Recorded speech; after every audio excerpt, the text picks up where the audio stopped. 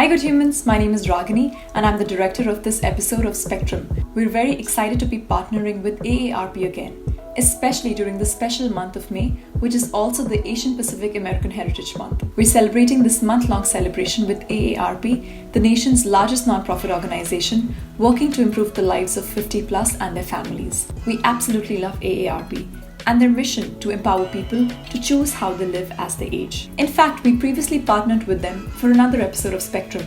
To all Asian American parents think the same. So if you haven't seen that, make sure to check it out. But for now, enjoy this episode.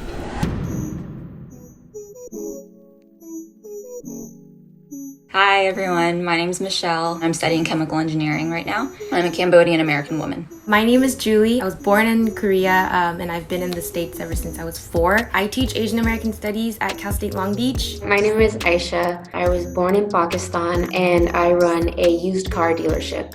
My name is Marjana. I was born in Bangladesh and I currently work as an associate at a financial services firm. My name is Lukuma. I am an undergraduate student and I am Tibetan American. My name is Lillian. I'm going to be graduating with my undergrad in neuroscience pre-medicine. My ethnicity is Hmong American.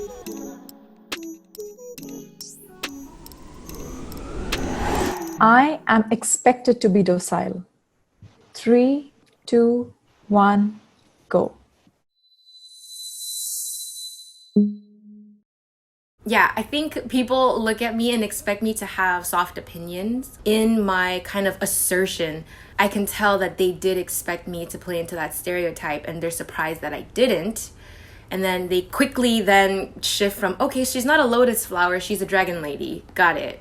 Yeah, I actually had the same experience being kind of viewed as a weak character, and that consequently made me more hot-headed because I felt like I had to prove the opposite.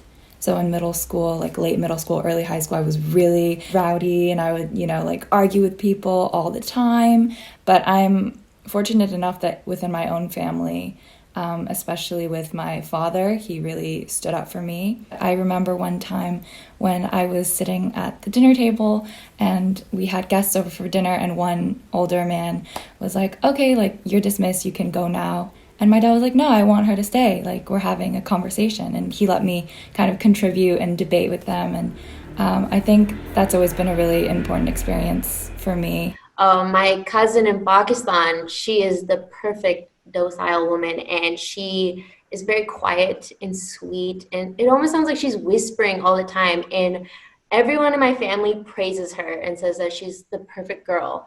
I would sit with my legs far apart on purpose just to like piss off family members because I hated to being told to be soft-spoken and bring out the chai and serve and be submissive. For my experience, I think I've kind of like played into it a little bit, but like in the home rather, or like with people of authority. And I think a lot of the way I act is like in striving for acceptance, but like in society, like I like put on my other hat and I'm kind of headstrong. I don't want to conform to whatever you're putting me in, but then for my family, like I want you to love me. So I'm going to like be that daughter for you. I want to be a tiger mom. 3, 2, 1, go. I was very fortunate to have a mom who was very lenient and respectful, and I think that actually allowed for me to kind of like open up more and actually explore things that I liked and didn't like, and actually allowed me to create boundaries for myself. I think that there's kind of like degrees to the tiger mom. With my mom personally, when I was younger growing up, I remember her being pretty strict, which I've grown to appreciate now that I'm older. Once I started to be able to form my own opinions and be more mature, she became more lenient and kind of like a friend. I think tiger moms kind of get a bad rap. I also think there's a lot of misunderstanding around them. I think tiger moms come from this kind of like Asian collective idea that our lives are all linked together, right? So if you fail, we all fail. Personally, I was like a latchkey kid. So my parents were always working. So I didn't have people telling me like, you need to do your homework. You shouldn't be meeting these kids. I had to learn that all on my own. And then eventually I was like, a high school dropout. So I think Tiger moms, like their biggest strength is presence. They're there. I actually completely agree with that. And my parents were definitely Tiger parents. That's what I grew up with. You know, there is undue pressure on the child. I still feel that today because I live with my parents. That being said, I do appreciate it. I feel like I am the person that I am and I like who I am because of them. Yeah. I have felt pressure to marry at a certain age. 3, 2, 1, go. 2 years ago, my mom was driving me back up to college and like helping me move in that year, and we're like maybe 10 minutes away from campus, and she goes, "Lillian, have you found any nice like Hmong boys there at school?" And I was like, "No, Mom, I haven't found any." And she's like, "Oh, what about any good Christian boys?" And I was like, "No, I haven't found any of those either." And she's like, "Ugh, you know why? It's because you're so bossy, you're so impatient, yada, yada, yada. Like, these are the reasons why you're still single. And, like, you need to be a good, you need to prepare yourself to become a good future wife." And she just continued this conversation about, like, how she didn't want to be the mom back at home at our church or within our families and our communities to be like, yeah, my daughter's the last one out of everyone to get married. How old were you again, Lillian? So this was 2 years ago, so I was 20. Oh my gosh, you have so much time. You're still so young. It's okay. In my family, marriage is a very big thing. And it also comes from just cultural aspects, but also because my parents are Muslim and I live in a Muslim family. So when I was younger, they stressed education and they stressed like doing well and all of these other things. But outside of that, like the entire Bengali community would come up to me. They're like, "Oh, but don't work too hard because you have to be marketable for marriage," or things like that. And my parents would never say that, but there was also the lingering thought that like at 21 that I would get an arranged marriage. Asian women growing up for me were pure, innocent virgins. And I never had a boyfriend in high school, never kissed a boy. So I was very oppressed in that way. So when I was 18, I eloped and got married, and I blame a lot of that on my hormones because I just couldn't wait any longer, and the only way for me to get it was to get married. And I look back and I think, did I marry too young? I chose well because we're still married today. It's just those pressures of being an Asian woman where if I was allowed to be myself, then I don't think I would have gotten married that young. We would have waited. My mom married my dad at a very young age. Growing up, they really instilled values of establishing yourself first, like getting an education, making sure that you go after what you want in life. In fact, like they actually want me to delay it. They're like, "Don't even think about boys yet. You know you want to be a successful engineer. Go get your job and go, like establish yourself in a professional sense and personal well-being." My parents expect me to be their primary caregiver. 3, 2, 1, go. I think my parents' expectations versus what's going to happen is a little different. They always tell me, once you're married and you have a family, they are your priority. You can't be taking care of us. But I already know that there is still this unstated expectation, this more universal expectation beyond my parents for me to take care of my parents financially, physically when the time comes. But I think my parents as individuals, they don't expect that from me. My parents have shared that with me too, that like when I get married, I shouldn't be worrying about them, but I'm in a new family now. And I think my answer to this question would be entirely different if I was a man. Because with the Hmong culture, it's that when you get married, you leave your family and you join your husband's side of the family. I see that with my older sister who recently got married. My mom's always just pushing her to like do things for her new family. But that's not going to be the case, right? Because, obviously when a girl gets married, she doesn't forego her old family. It's still family. So my parents speak English, but they have slight accents and they don't understand when somebody's being sarcastic with them or there's like a racial microaggression. Growing up, I used to read important documents for my parents and try to translate them just so that they don't get in trouble with the government. And so I feel this need to almost protect them. Also, do you think I sell cars because I like cars? No, my dad started the family business. Just seeing them so vulnerable in this country, I just took it upon myself. I did it because I wanted to be a good daughter. On both sides of my family, on my mom's and my dad's side, all of the children are very much involved in taking care of the aging parents' lives. It's really about just collectively coming together and taking care of someone who dedicated their whole lives to taking care of you and just giving back. But with my parents, at least, they don't want me to take care of them. Their only rule is that I don't put them in a nursing home. They said, if anything, find a really good caretaker, but just like don't kick us, away and forget about us or like mistreat us. I am comfortable talking about my mental and emotional health with my family members. 3, 2, 1, go.